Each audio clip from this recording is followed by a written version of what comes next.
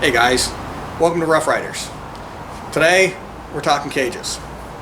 Now I know I've covered this a little bit in the past, but today's going to be a little bit different. Now for those of you guys that follow my channel, about 5 months ago I did purchase a BCF cage kit, and I created a series of videos on welding that thing together and getting it on the side-by-side. And in fact, just the past weekend I finally got around to getting it painted, and so I'll post a video on that here shortly. But I wanted to cover a little bit more of a comparison of the stock cage versus the aftermarket, because when I went back through the video I realized that I talked a little bit about some of the challenges with the stock cage, but I didn't really go into detail about what some of those challenges are.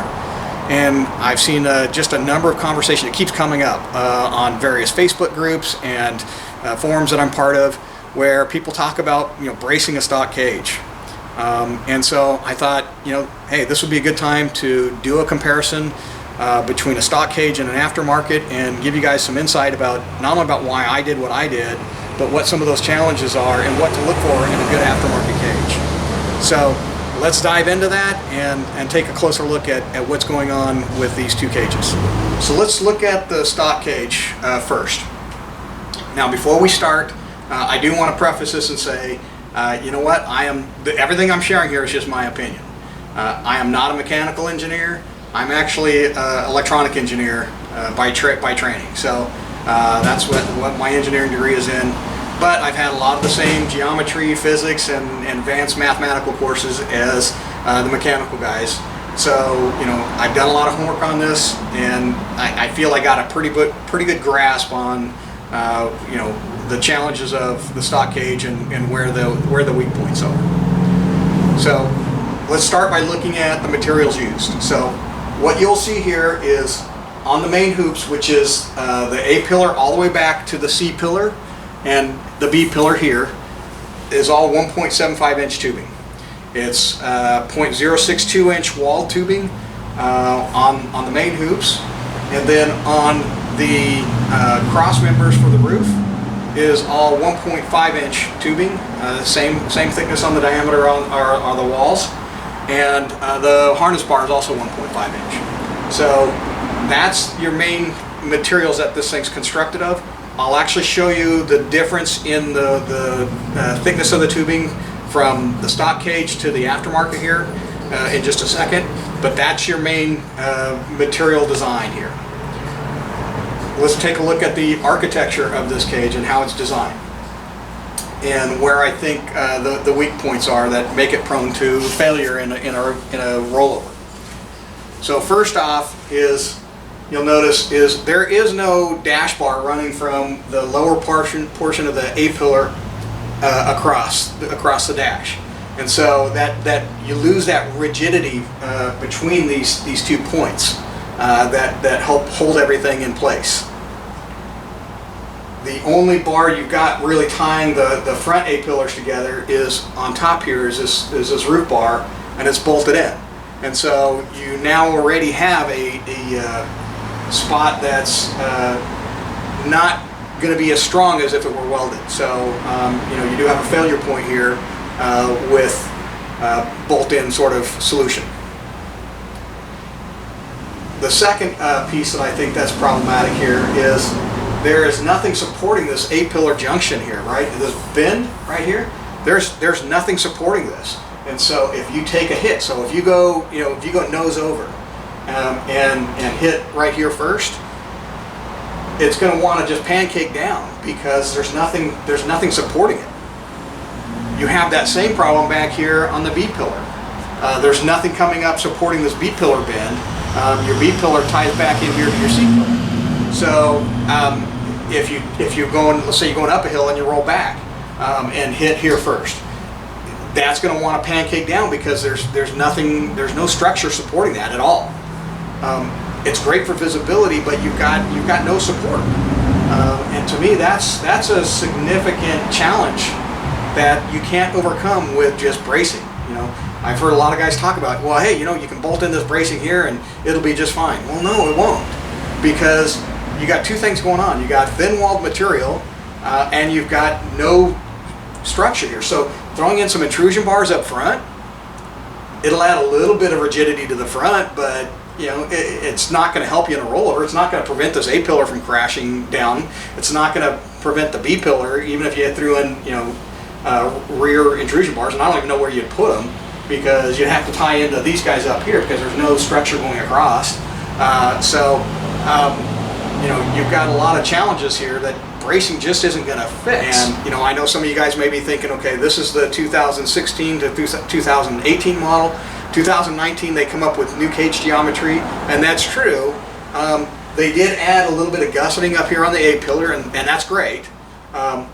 What I don't know is, I don't know that they've changed the materials that they're using. I don't know if they're running, you know, thicker bars up top. I don't know if they're running thicker walled materials. My guess is it's probably the same material, just a new cage geometry. So that means you're still running the thin-walled 0.062 inch walled tubing. So, you know, if that's the case, is the 19 better? Yes, marginally. The new geometries, you know, they improved it up front, but you know, from what I've seen from the images, they still got an unsupported B-pillar junction back here. You know, because they're still tying back into the C-pillar instead of coming back up and supporting this joint. So, you know, I think the 19s are marginally better, but I don't know that they're a lot better. To me, those are some of the challenges with the stock cage. And by the way, it's not just Yamaha that does this. I think most stock cages probably have similar challenges, not just in terms of the geometry of the design, but just because the laws around rollover protection in an off-road vehicle are nowhere near as stringent as the laws requiring rollover protection in a car that's used on our roadway system here. So the manufacturers are just designing to the minimum specs, right, to keep costs down, keep these things you know, in specific price points that they're trying to hit. So that's why they use, you know, thinner walled materials. That's why they use you know, less material on the overall cage design and the geometries that they do, because it's cheaper for them to manufacture. So you know, let me show you the materials then that are used to make this, and compare that, the wall thickness of that, to what they use in the aftermarket stuff. The other thing that I'd point out is the weight of this. I did weigh this out. It's 50 pounds. It's very light, so it's really not hard to lift this thing. You know, it's okay. So based upon the research that I did, as I said, this is 0.062. Like I said, I don't have a micrometer with me right now, but I'm fairly confident that this is 0.062 inch walled tubing. Now, when you compare that to the aftermarket stuff, this is 0.095. So you're talking about you know, a fairly significant difference between the wall thickness of the materials used here. And you know, that makes a big difference when you start talking about stresses being placed on this thing and how easy the cage will collapse based upon that wall thickness. That also contributes to the fact that it's much lighter weight, is because there's just so much less material throughout all of this tubing here, as compared to what you would find in an aftermarket solution. So, okay, so let's take a closer look at the aftermarket cage options then. This is from BCF. As I said, this is a DIY kit that I got from Brick City Fabs. I don't know if they still offer that. You need to contact them to find out if they still offer this in kit form or not. But I do have a whole video series on how these kits are you know, assembled, welded together, and all that kind of stuff. So you know, check that out. But let's take a look at the materials used in the construction of this cage. Whereas on the stock cage we had 1.75 inch tubing on the main hoops, and then 1.5 inch on the harness bar and the roof supports. This uses 1.75 inch throughout the entire cage design, with the exception of the front intrusion bars.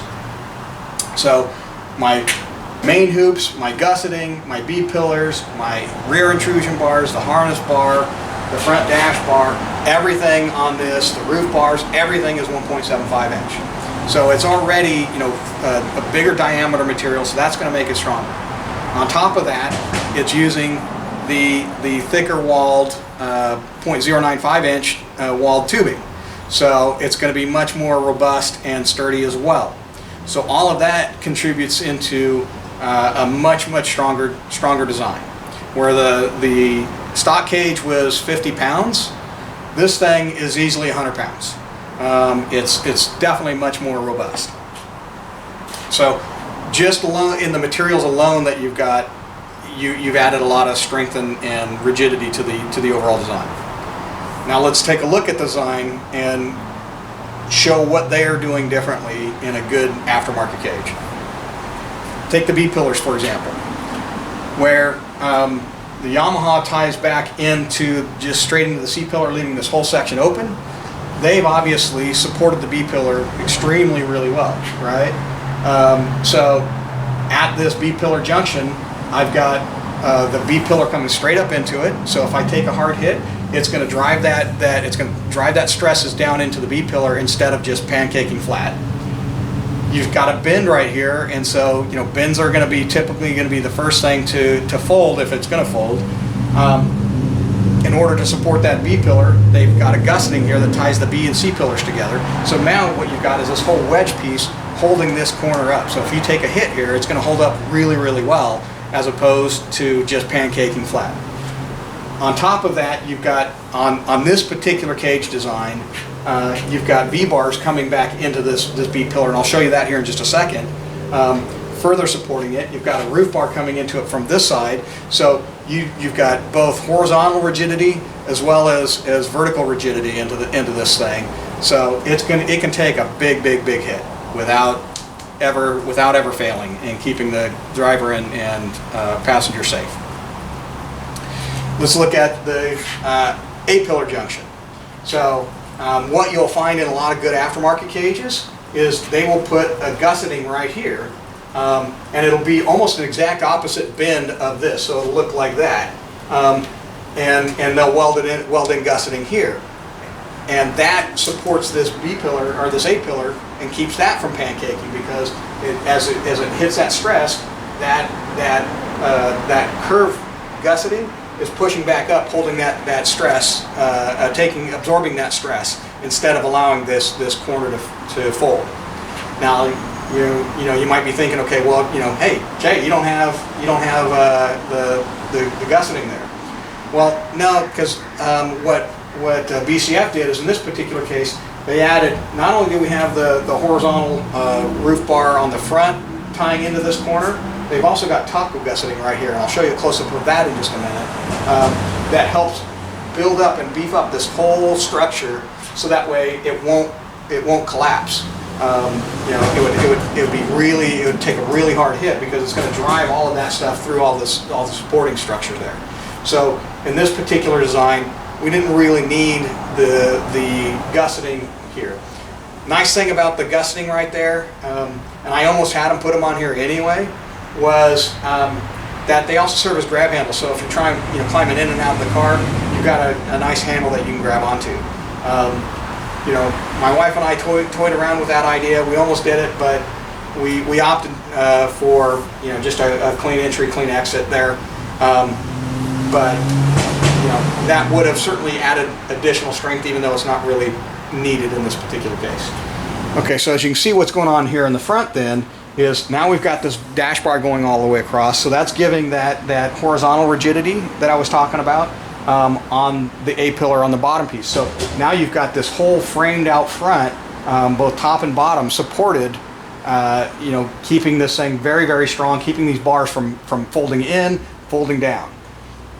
You've got the intrusion bars. Now, as I said, the primary purpose of the intrusion bars here is to really keep large objects out of the cab and protect, so you don't have a quad, for example, landing in your lap if you're in the dunes. But they also add structural rigidity to this frame as well, or to this whole boxed area up front, and giving you extra support there. They're welded in, not bolted in, so you don't have to worry about bolts failing on you and kicking loose, right? Go look at a lot of the aftermarket, or go look at a lot of the pictures of the stock frames where they collapse.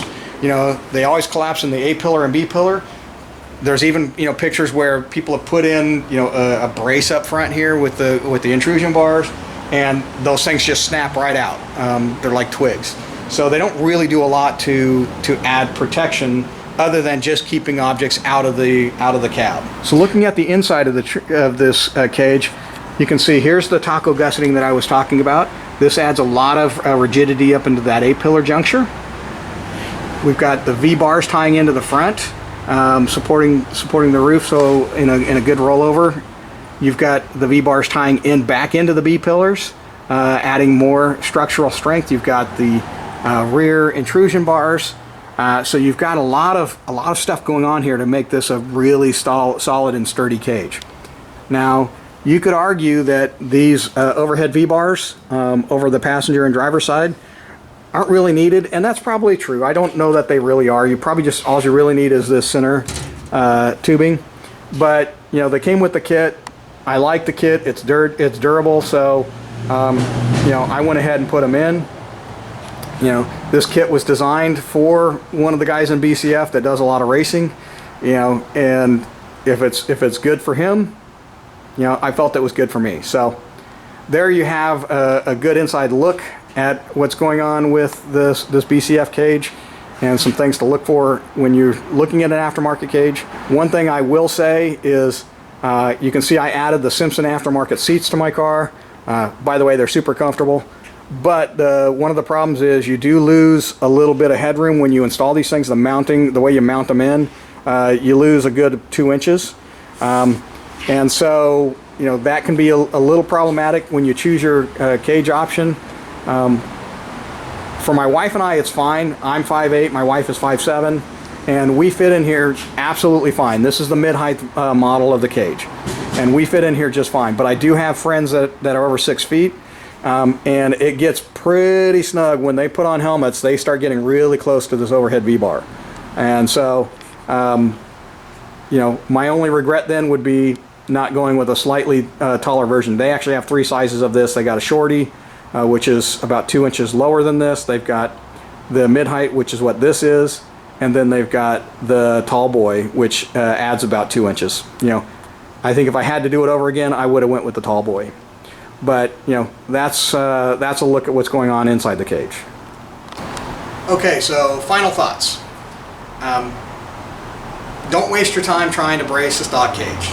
You can't fix everything that's wrong with it. You can't change the fact that they're using really lightweight material. You really can't add enough bracing to cover the geometry flaws in that design, right? Without the B-pillar support, without A-pillar gussets. Bracing's not going to fix all of that. So don't waste your time buying brace kits and stuff, because they're not going to really add enough protection to keep you and your passenger safe in a rollover. Instead, I highly encourage everybody, invest in a good aftermarket cage. Invest in one that's got a good architecture, good geometries, supported on the B-pillar, supported on the A-pillars. Intrusion bars welded in, not bolted in. These are all really important. After that, it's all just styling, right? I chose the BCF because I like the lines, but there's lots of really good guys out there making cages. So do your homework, find one that you like that's got good structural design, and make that investment, because this is a dangerous sport. People have died doing it, and you don't want to be another statistic. So there you have it. If you got any questions or comments, please leave them below. If you've got a good cage designer that you like, post that below so that others can go check it out. And if you like this video, please give it a thumbs up and subscribe. It helps me build the channel and helps me continue to bring great content to you. And thanks for watching, and we'll see you on the trail.